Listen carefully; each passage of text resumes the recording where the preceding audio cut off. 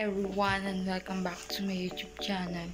And for today's vlog, share ko sa inyo yung pagre-rebond ng aking hair. So yun, watch out guys, and mamaya papakita ko sa inyo. So let's go.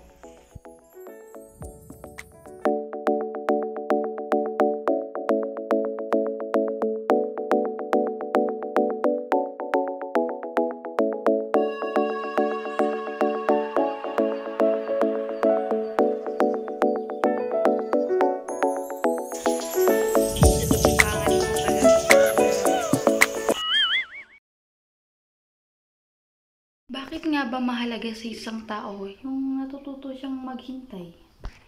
Minsan kasi hindi pa talaga panahon para sa'yo yung ganoong bagay.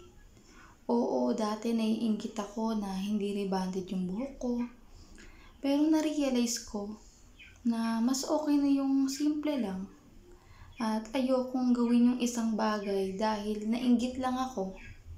Dahil alam ko na kung para sa akin talaga yun, ibibigay naman ni Lord yun eh. Hanggang sa dumating na lang yung oras na ito na siya. Hi everyone and good morning. Hindi na ako nakapag-video kagabi. Bale, ito na yung finished product niya. Wow! Ganda pala, no?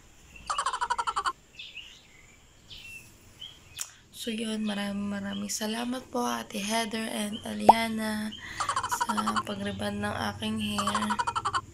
Yung saya ko nang nalaman kung ire-rebond niya yung buhok ko, sobrang saya nang hindi ko ma-explain yung nararamdaman ko. Hanggang sa na-realize ko na tama nga pala na dapat natututo tayong maghintay kung kailan yung tamang panahon para gawin mo yung isang bagay. So yun guys, ito na yung nangyari sa ating rebond kahapon.